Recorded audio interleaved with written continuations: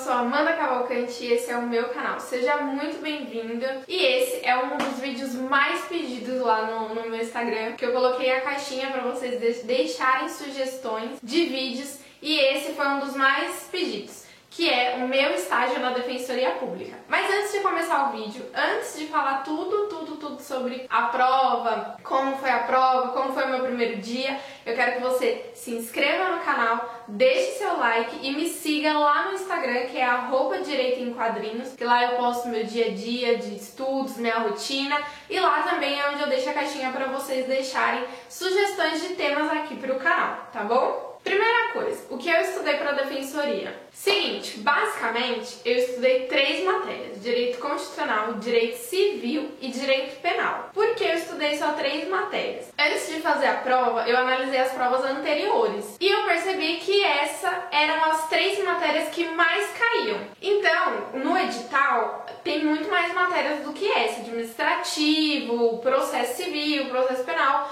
Só que com a análise que eu fiz das provas anteriores, eram essas 3 que caíam mais. Então eu pensei, bom, falta pouco tempo, eu comecei a estudar em menos de um mês. Pensei, vou estudar essas 3 matérias que eu tô vendo que caem mais e que tem muito mais chance de cair na minha prova. Que eram coisas como direitos e conflitos entre direitos e garantias fundamentais, como vida e religião.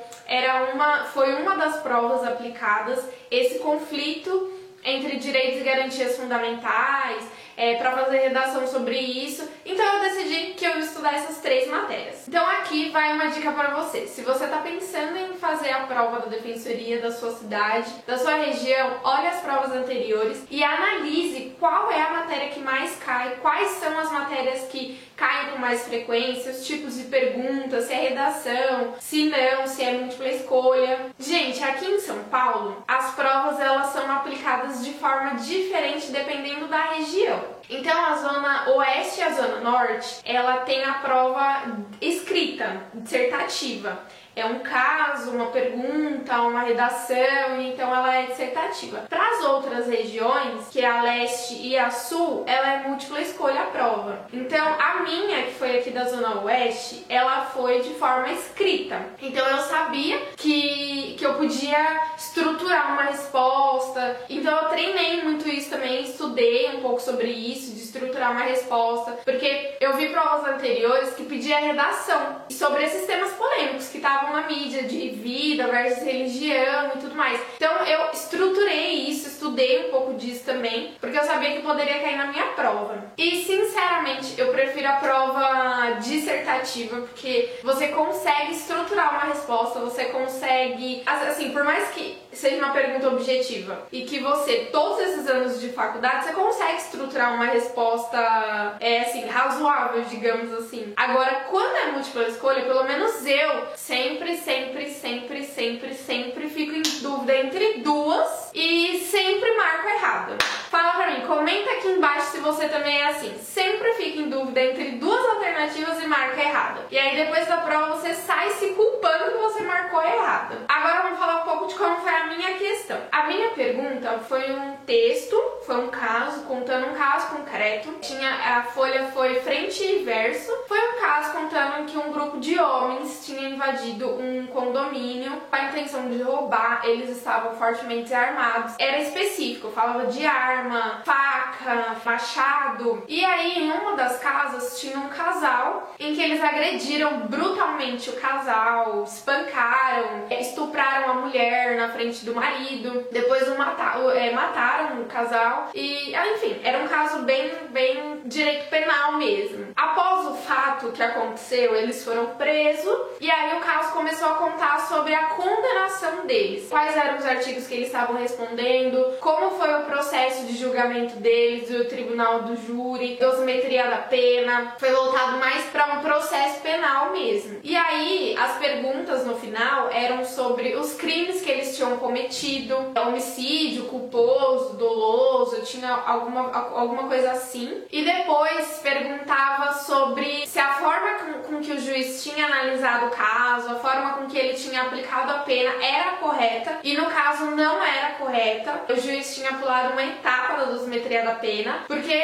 as pessoas que tinham cometido o crime, elas tinham ficha criminal, então ele pulou uma etapa da dosimetria da pena e aí era pra você falar sobre os direitos e garantias fundamentais que tinham sido feridos por conta desse julgamento do juiz, dessa aplicação da pena. Graças a Deus caiu direitos e garantias fundamentais, porque foi uma coisa que eu estudei muito, que eu li muito e deu tudo certo no final. Eu consegui estruturar uma resposta, mas assim, era esse caso, era mais penal e constitucional, então foi uma coisa que não foi difícil pra mim, porque eu tinha estudado, então eu consegui estruturar uma resposta. Bom, passei na prova, entrei na Defensoria Pública. No primeiro dia na Defensoria, eles fizeram um sorteio pra saber com qual banca, qual era a área e qual era o defensor que você ficaria responsável, né? Com qual defensor você seria o estagiário. Eu fui sorteada para a banca da violência doméstica. A violência doméstica, ela aborda um pouco de direito civil, família, guarda, divórcio, aborda também um pouco de direito penal, lesão corporal, ameaça. São mulheres que estão em situação de violência, são agredidas, ameaçadas, perseguidas. Então eu fui sorteada, eu caí nessa banca e eu adorei essa matéria, eu adoro essa área que eu fui sorteada, não tenho o que reclamar. Agora eu vou falar um pouco pra vocês das tarefas que eu realizo lá na Defensoria Pública. Primeiro, a gente realiza o atendimento a essas mulheres que estão em situação de violência. É um atendimento detalhado, demorado, humanizado, porque são mulheres que estão numa situação um pouco mais sensível de violência familiar. Então elas são agredidas, elas são ameaçadas psicologicamente, fisicamente, e aí a gente faz esse atendimento detalhado da mulher para identificar esses fatos de violência do agressor, quanto tempo ela ficou com o agressor, se eles são casados ou não, viveram em união estável, se tem filhos ou não, pra gente poder identificar qual é a demanda que ela precisa. Se é uma medida protetiva, às vezes elas vêm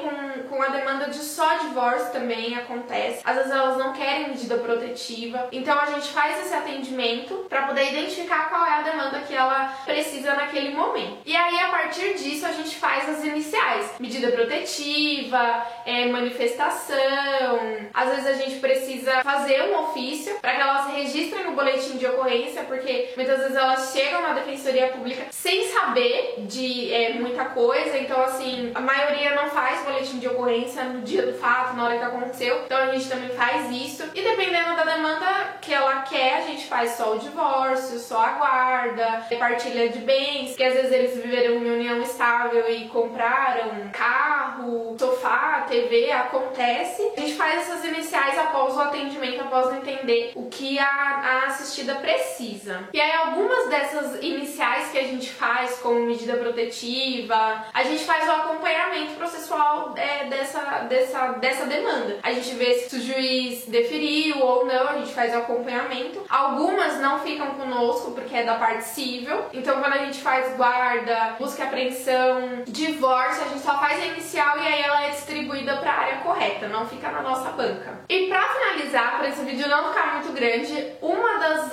coisas que a gente faz também é plantão no fórum. Pelo menos uma vez por mês a gente vai até o fórum e faz plantão. No plantão a gente tira dúvidas de todas as pessoas que vão até a sala da defensoria para poder tirar dúvidas, saber onde vai, qual a demanda que entra, se liga, se vai na unidade, porque tem unidade que precisa agendar o horário de atendimento. Então esse também é uma das tarefas que a gente faz. Vou contar pra vocês alguns pontos positivos. Se você aí do outro lado quer estagiar na defensoria, eu super recomendo. É um lugar que você vai aprender a conversar, porque você faz o atendimento com o assistido, você entende qual é o problema dele, você entende qual é a demanda que ele quer, né? Muitas vezes a pessoa chega na defensoria e ela não sabe qual é a demanda, ela não sabe do que ela precisa. E você conversando com ela, você consegue entender o que ela precisa, qual é a demanda correta. Então esse é um dos pontos positivos, principalmente para quem quer advogar, quem quer ir para essa área